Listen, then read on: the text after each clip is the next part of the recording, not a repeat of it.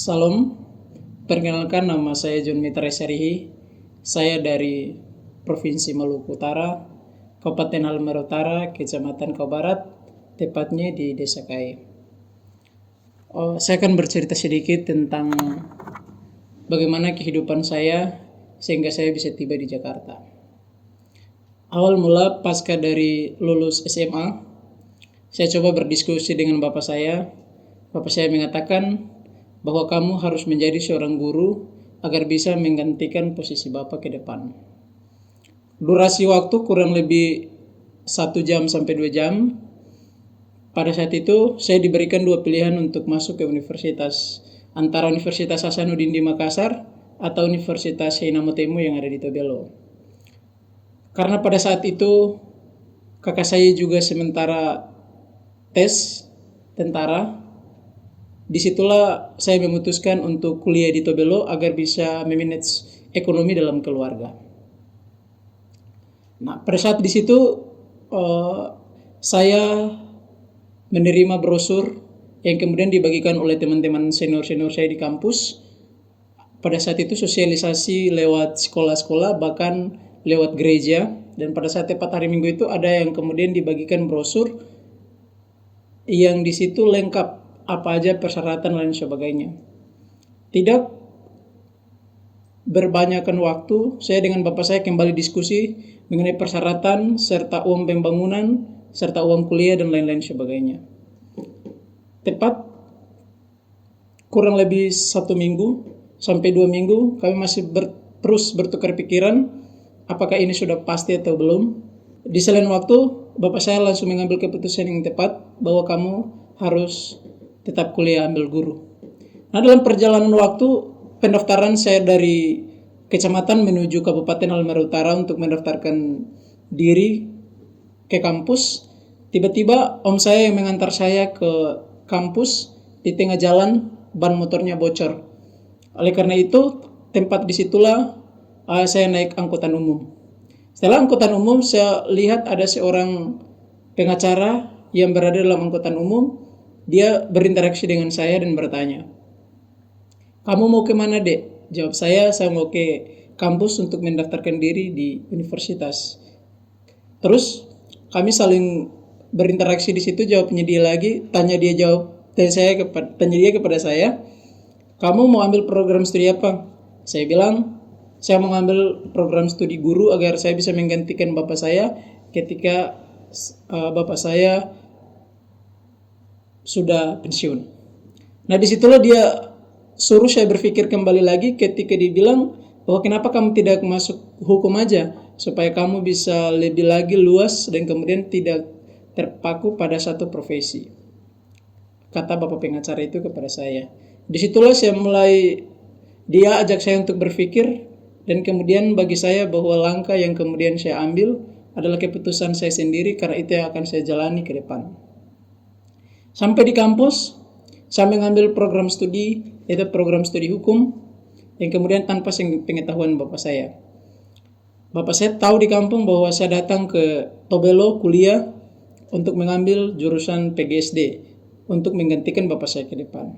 Tetapi di sana saya lebih memilih hukum karena mungkin di sanalah passion saya ke depan. Tapi puji Tuhan, pada saat awal semester KRS saya keluar, saya kirim ke bapak saya, dan bapak saya heran, "Kenapa kamu ambil hukum? Bukannya banyak yang pengangguran? Kamu lihat di tetangga-tetangga kampung kita, bukankah banyak yang pengangguran?" Saya jawab dengan tegas dan dengan serius. Saya bilang bahwa itu mungkin saja bukan mereka tidak punya kompetensi, tetapi mungkin saja mereka miskin relasi. Nah, disitulah saya mulai bertekad maju.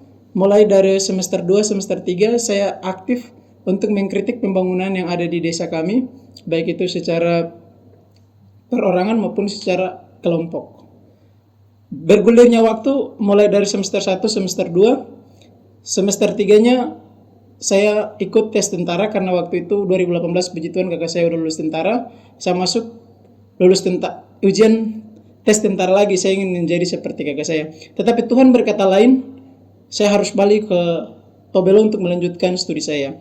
Di semester 3, pada saat itu ada perekrutan untuk mengikuti kompetensi tingkat mahasiswa di ada dosen saya yang kemudian menghubungi saya, namanya saya sapa Paulus Triarso, Magister Hukum.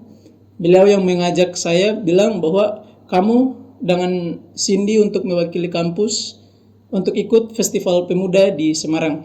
Pada saat itulah mimpi dan cita-cita saya hampir tercapai, karena dengan tanpa sepeser pun saya bisa pergi pulang dari kampung ke Jakarta. Pertama-tamanya saya naik pesawat tanpa ongkos di tangan dan kemudian ditanggulangi oleh kegiatan tersebut. 2019 serta saya balik dari Semarang, saya balik ke kampung untuk membuat perubahan. Oleh karena itu, saya berkumpul dan bertukar pikiran dengan anak-anak muda yang ada di situ.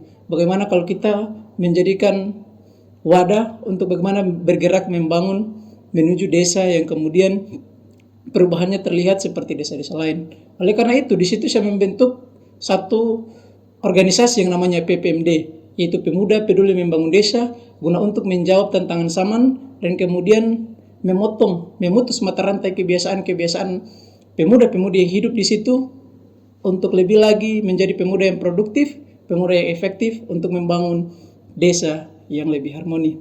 Tidak terlepas dari itu, saya kembali ke kampus, naik semester 4, saya salah satu mahasiswa yang menjadi mahasiswa berprestasi tingkat provinsi urutan ke-10 kalau tidak salah waktu itu.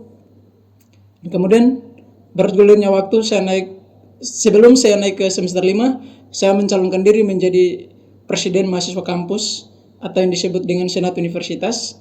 Pada saat itu, pada saat kompetensi debat, yang paling berat saya menitipkan waktu saya masih ingat bahwa saya ingin menjadikan mahasiswa sebagai civil society yang peka dalam problema sosial. Itulah inti dari visi misi saya waktu itu.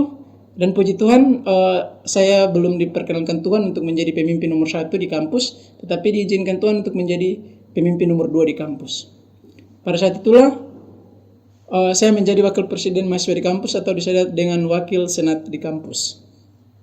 Semester 5 dan semester 6 bergulirnya waktu sampai saya kuliah S1-nya kurang lebih 5 tahun karena ada satu dan lain hal. Tetapi bagi saya inilah proses Tuhan yang kemudian mengajak saya untuk tetap tekun, berdoa, dan terus berusaha. Pada tahun 2022, saya lulus di Universitas Saina Matemo, tepat pada bulan November 2022. Pasca dari situ, saya coba berkomunikasi lagi dengan bapak saya bagaimana kalau saya mencalonkan diri menjadi seorang kepala desa. Karena saya lihat bahwa desa membutuhkan satu tokoh pemikir yang kemudian mampu merancangkan pikiran-pikiran yang produktif untuk membangun desa yang lebih harmoni. Di situ kurang lebih 6 menit, mama saya langsung tegur saya, kalau apa gunanya saya menyekolahkan kamu tinggi-tinggi kalau akhirnya jadi kepala desa. Oleh karena itu, saya berkomunikasi lagi dan berdiskusi lagi lanjut dengan bapak saya, kurang lebih 10 menit sampai 20 menit. Nah, disitulah bapak saya bilang bahwa kenapa kamu tidak ambil profesi saja. Disitulah saya memutuskan bahwa saya harus terbang ke Jakarta. Nah, disitulah mulai awal karir saya berangkat mengikuti pendidikan khusus profesi advokat di Amlau, Jakarta Selatan. Dan puji Tuhan telah mengikuti ujian profesi advokat dan lulus di DPC Jakarta Utara, Pradi Suara Advokat Indonesia. Dan sekarang tinggal menunggu penyumpahan advokat Indonesia. Dan puji Tuhan lagi, pada saat itu saya dengan bapak saya terus berkomunikasi bagaimana kalau saya lanjut studi. Karena bagaimana kami ingin menjadikan salah satu contoh bahwa pendidikan adalah peranan yang paling penting untuk membangun masa depan yang lebih baik. Oleh karena itu saya memutuskan untuk mengambil program studi magister di salah satu universitas nasional.